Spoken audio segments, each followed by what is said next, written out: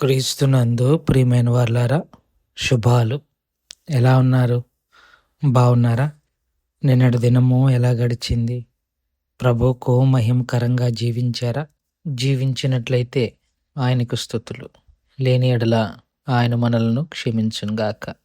నేటి దిన ధ్యానాంశము మార్కు సువార్త 1వ అధ్యాయము 36 నుంచి 39 వచనాలు. మార్కు సువార్త 1వ అధ్యాయము 36 నుంచి 39 వచనాలు. సీమోనును అతనితో కూడా ఉన్నవారును ఆయనను వెదకుచూ వెళ్ళి ఆయనను కనుగొని, అందరూ నిన్ను వెతుకుచున్నారని ఆయనతో చెప్పగా, ఆయన, ఇతర సమీప గ్రామంలోనూ నేను ప్రకటించున్నట్లు వెళ్ళదుము రండి. ఇంది నిమిత్తమే కదా నేను బయలుదేరి వచ్చి తినని వారితో చెప్పాను. ఆయన గలిలయ అందంతటా వారి సమాజ మందిరములలో ప్రకటించుచు దెయ్యములను వెళ్ళగొట్టుచుండెను.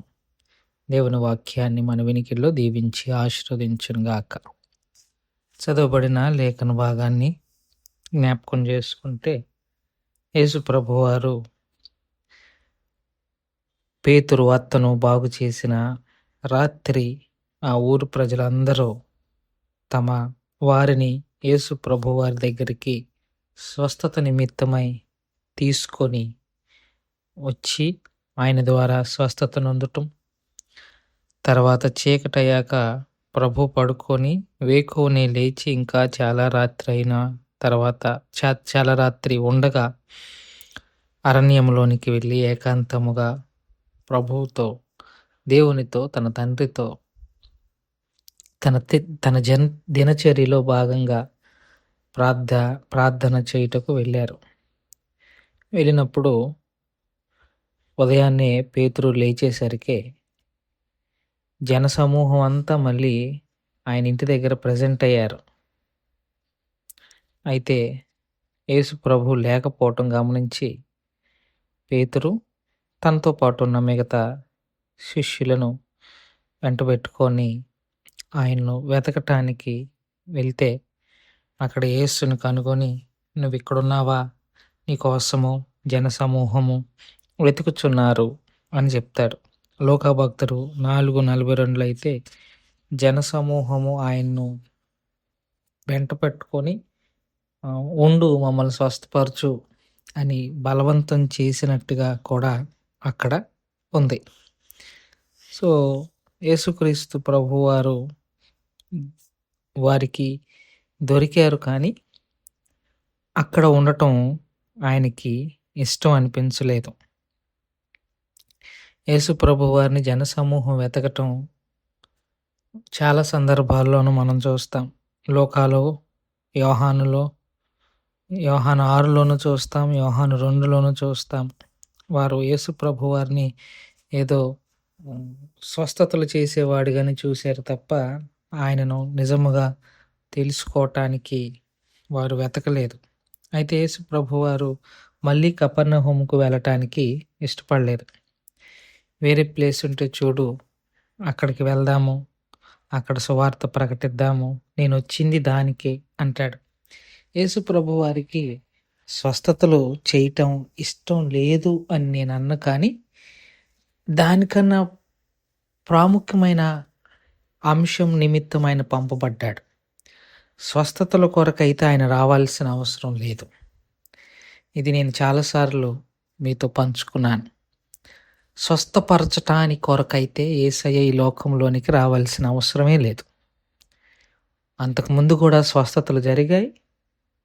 పాత నిబంధన భక్తులు స్వస్థతలను చూచారు. స్వస్థతల కొరకు యేసయ్య రాలా. నాకు ఆశ్చర్యమైన విషయం ఏంటంటే, హైదరాబాద్లో గత 2 రోజుల క్రితం నుంచి ఆయన ఎవరో పాస్టర్ ఎరిక్ అంట వచ్చాడు. నైజీరియాలో జనాలను క్రైస్తవులను చంపుతుంటే అక్కడ వదిలేసి ఏదో భారతదేశం ఏదో మునిగిపోతున్నట్టుగా ఇక్కడికి వచ్చాడు. ఇక్కడికి వచ్చి ఏం చేస్తున్నాడంటే, పాస్టర్లందరిని పిలిపించి స్వస్థతలు చేసి పంపుతున్నాడు. ఏంటో దౌర్భాగ్యంలోకి మారిపోయింది క్రైస్తవ్యం. యేసయ్య వచ్చింది రోగులను స్వస్థపరచటానికి కాదు. ఆయన తన మాటల్లో చాలా సందర్భాల్లో ఆయన ఉంటాడు. చెప్తారు. లోకాసువార్త 5:32లో ఒక మాట అంటారు. నేను నీతిమంతుల కొరకు రాలేదు కానీ పాపుల కొరకు వచ్చాను అని.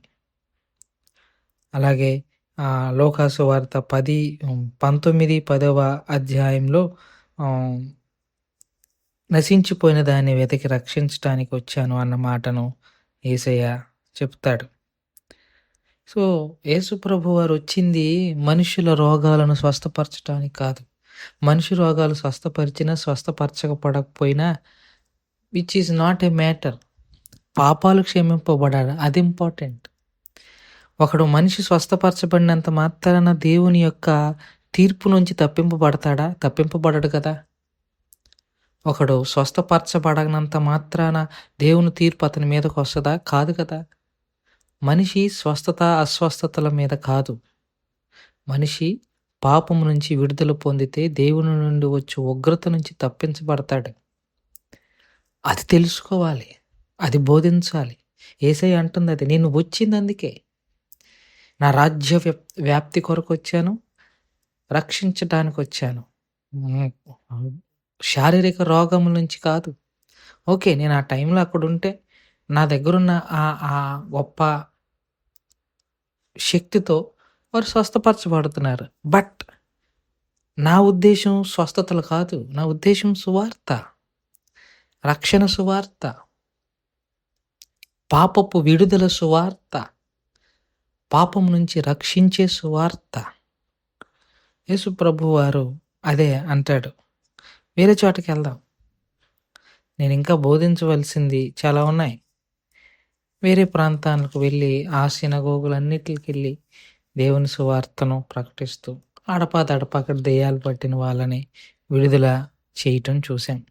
దౌర్భాగ్యం ఏంటంటే అజ్ఞానులు, విహీనులు బైబిల్ని చదివి యేసయ్య అద్భుతాలనే బోధగా మార్చుకొని అమాయకమైన ప్రజలను దోచుకుంటూ దండుకుంటూ దేవుని యొక్క వాక్యాన్ని వక్రీకరించి